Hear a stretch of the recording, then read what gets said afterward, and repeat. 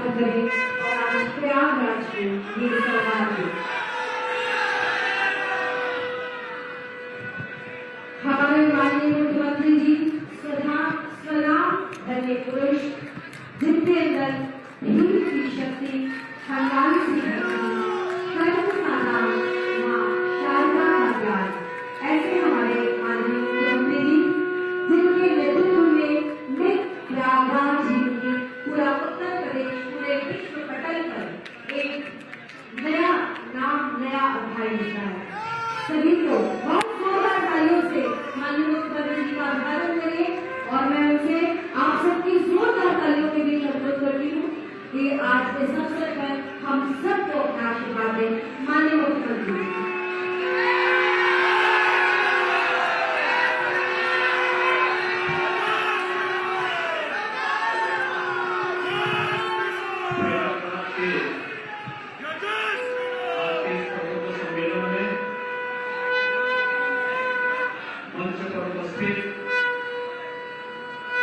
प्रदेश सरकार में मेरे वरिष्ठ सहयोगी उप मुख्यमंत्री और इसी माटी के सपूत श्री केशव प्रसाद मौर्य जी, उप मुख्यमंत्री श्री ब्रजेश पाठक जी,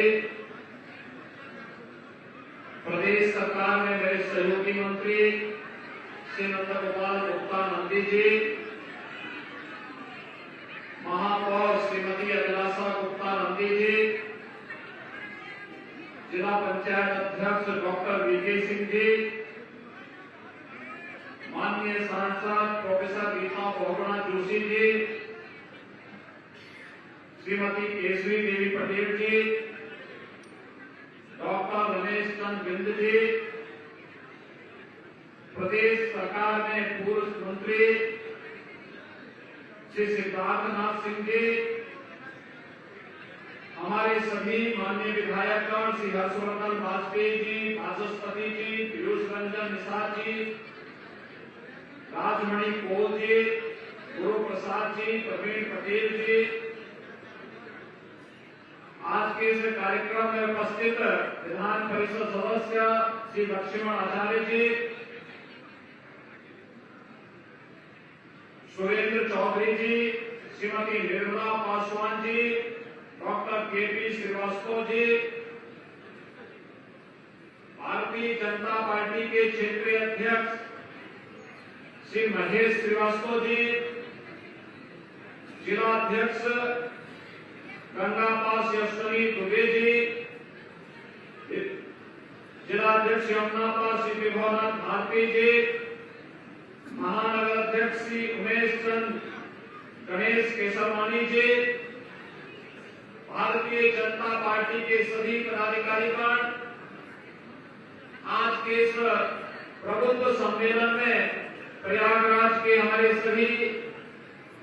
प्रबुद्धजन, अधिवक्ता, शिक्षक, चिकित्सक, उद्योग व्यापार मंडल से जुड़े हुए सभी उपस्थित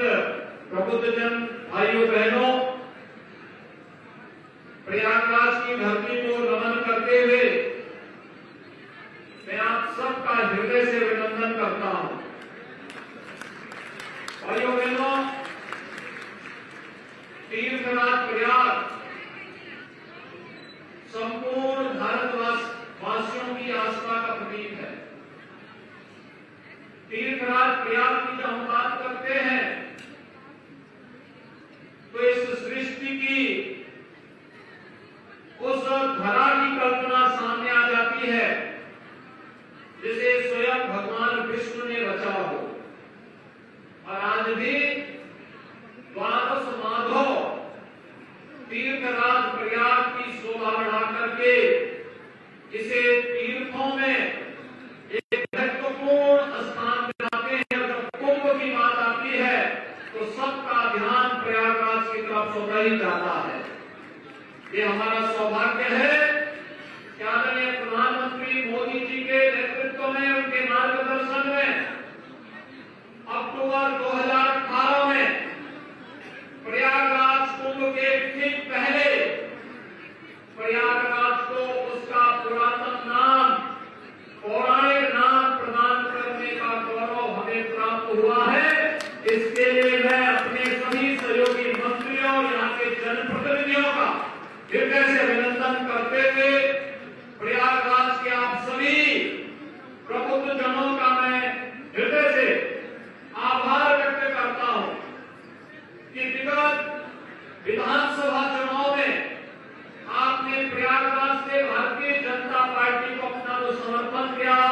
शुरुआत किया।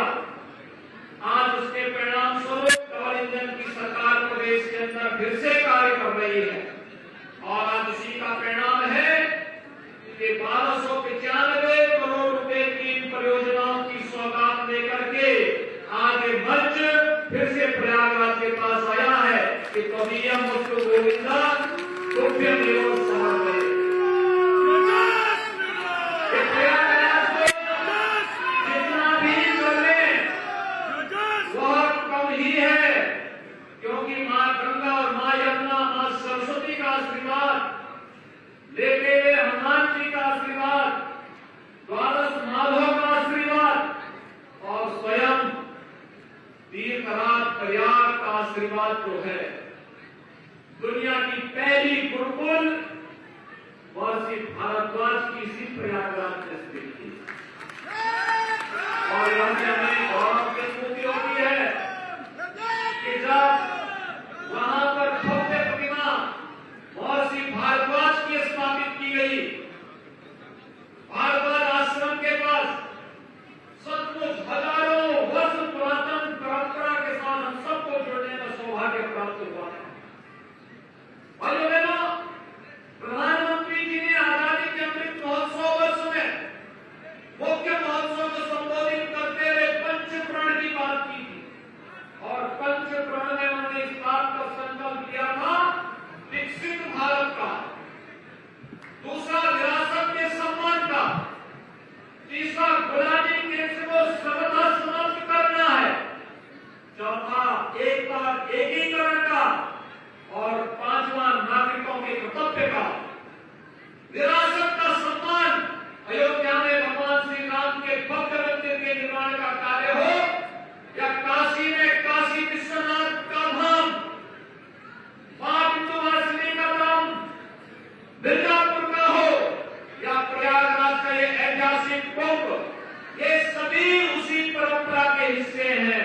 और आज मैं आप सबको इसी बात का एहसास कराने के लिए आया हूं कि प्रयागराज का कुंभ 2025 में फिर होने जा रहा है और भाइयों बहनों, जिस सुव्यवस्था, सुरक्षा और स्वच्छता के लिए प्रयागराज कुंभ जाना जाता है, जाना गया 2019 में, इस परंपरा को और भी अच्छे ढंग से प्रस्तुत करने के लिए आज मैं दोनों डिप्टी सीएम नंदी जी, हमारे सभी माननीय सांसद, विधायकगण और प्रदेश सरकार के मुख्य सचिव, डीजीपी समेत सभी अधिकारीगण प्रयागराज पहुंचे हैं, जिससे 2025 की एक बेहतरीन परिकल्पना को साकार करने के लिए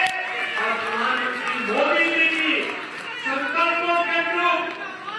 2025 के महाकुंभ के आयोजन को हम लोग प्रयागराज की भावना के रूप यहां पर लागू कर सके, उसका क्रियान्वयन कर सके। आज भाइयों बहनों, प्रयागराज से जुड़ी हुई अनेक परियोजनाओं का यहां पे लोकार्पण हो रहा है, जिनमें नगर निगम के कुछ सीवेज ट्रीटमेंट प्लांट हैं, यहां पर एक एफएसएल की लैब का उद्घाटन भी हो रहा है, यहां पे राजकीय इंटर कॉलेज, आईटीआई और तमाम अन्य स्वास्थ्य से संबंधित, पशु चिकित्सा से संबंधित, नगर विकास से संबंधित, समाज कल्याण से संबंधित, सैनिक कल्याण से संबंधित, स्पोर्ट्स से संबंधित और अन्य बुनियादी सुविधाओं से संबंधित विकास की परियोजनाओं के लोकार्पण के साथ ही पेयजल की स्कीम के भी लोकार्पण और शिलान्यास के कार्यक्रम को भी आप यहां पर एक साथ 1295 करोड़ रुपए की लागत की परियोजनाओं को आज हम सब यहां पर शिलान्यास और लोकार्पण के साथ जोड़ रहे हैं। भाइयों बहनों, स्मार्ट सिटी मिशन के अंतर्गत 2019 में बना प्रयागराज का ICCC integrated command and control centre Prayagraj Kumbh को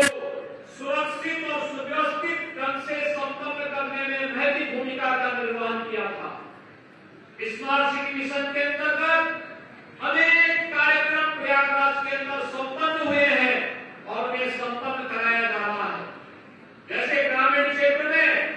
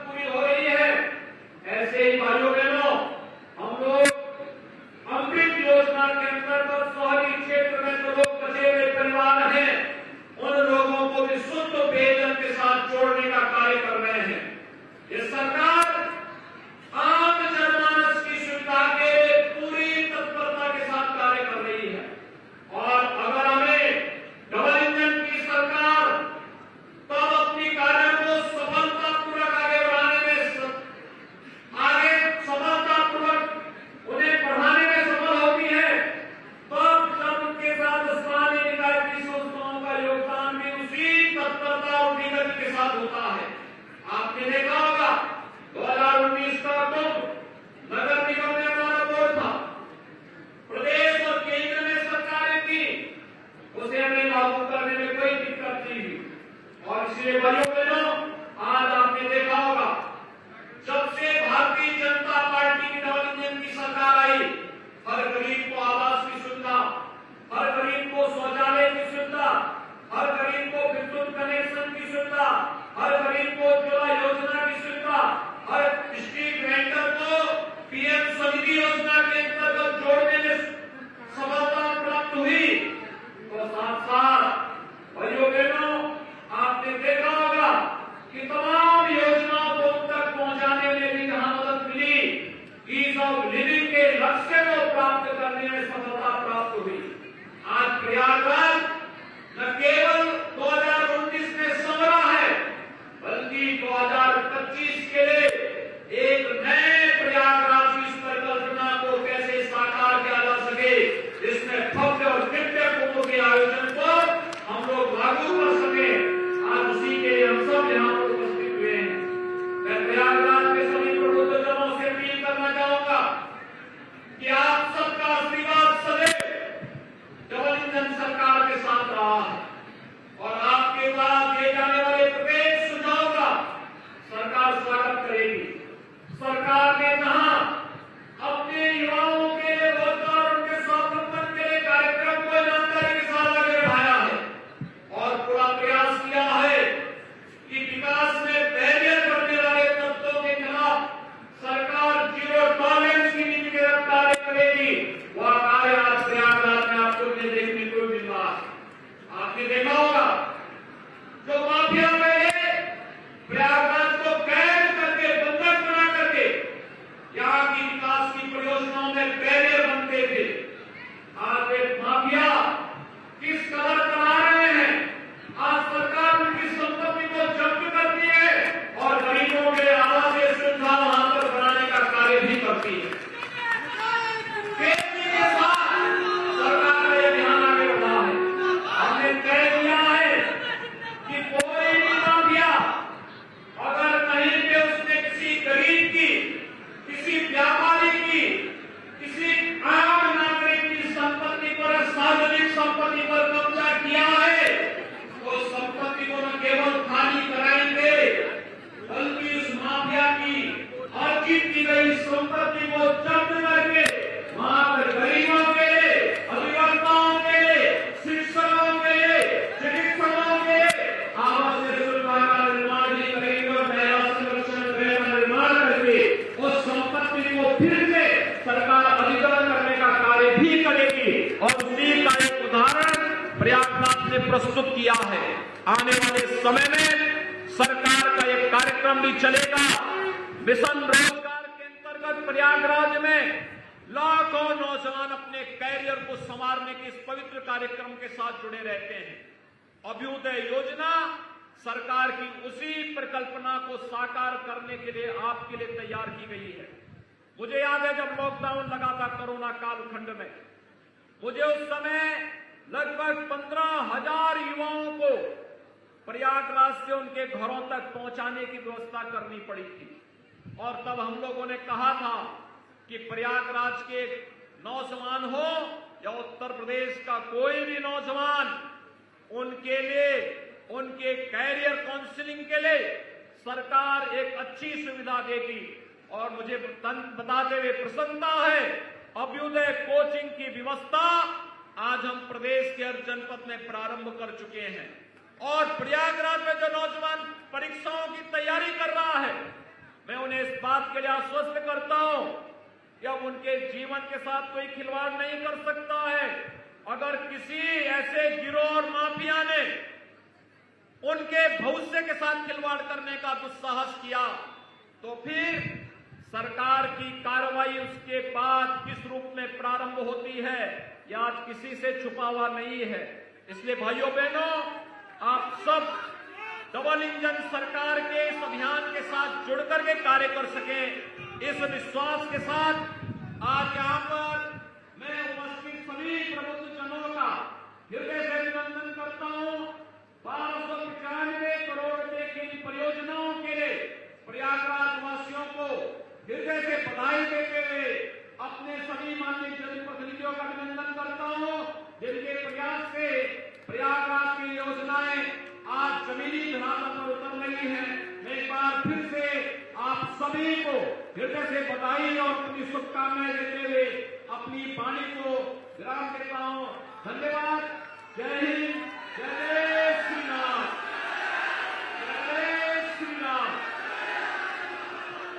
बहुत बहुत आभार माननीय संगठन की तरफ से आपको,